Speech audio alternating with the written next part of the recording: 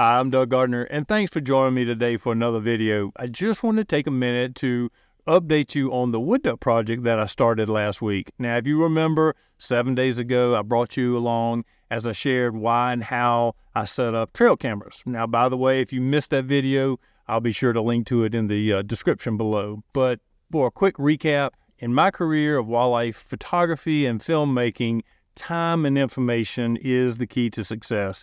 For that reason, I set up cellular trail cameras in areas I'm thinking about filming in the future. So basically, I go into an area and I set up one or more trail cameras and I leave them for a period of time. Now, as the cameras detect motion, they will take photographs and video and send them immediately to my phone. They also capture very valuable information like time, weather, moon phase, and even temperature. By doing this, I'm able to constantly monitor several locations at one time before actually dedicating my time to go and sit in there and work it.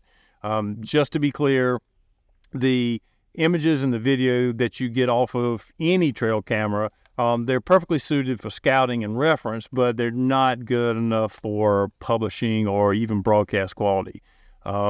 So with the setup that we put out here, it didn't take long for us to start getting some very valuable information. My goal initially was to find out whether this area would be good enough for filming wood ducks in, and I quickly discovered that there's a lot more going on in there than just ducks. We had everything from wood ducks to songbirds, deer, raccoons, white ibis, and even a variety of egrets and herons in there. So it was a pretty active place. And I decided at that point, it's time to go and start filming these guys. So 2 days ago, I came in before sunrise with a blind and just sat for several hours. And wow, what a morning it was.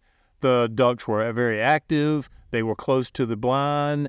The light was gorgeous, and the drakes were in absolutely perfect breeding plumage. They were just stunningly gorgeous. So I call that a successful morning for sure. And I'm going to continue working that area probably for the next few weeks, or at least until the activity starts to slow down a little bit.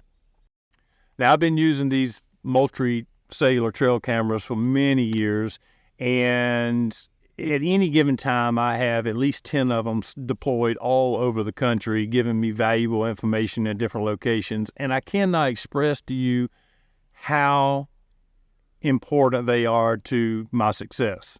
You know, over the years, it's been a game changer because just the amount of time and money I've saved in travel and gas, going back and forth and checking on locations, that has been a major deal for sure. Coming up in the future, I'm going to do a video on showing you how I use trail cameras in conjunction with high-resolution remote camera traps. This can really up your game in photography and filmmaking when you combine these two together. Camera trapping is something you definitely want to add to your sequences. It can really up the production value quite a bit. So guys, if you've enjoyed this video, hit the like button and don't forget to subscribe to the channel. It helps us continue to bring information and videos that you're asking for. Thanks a lot and have a great day.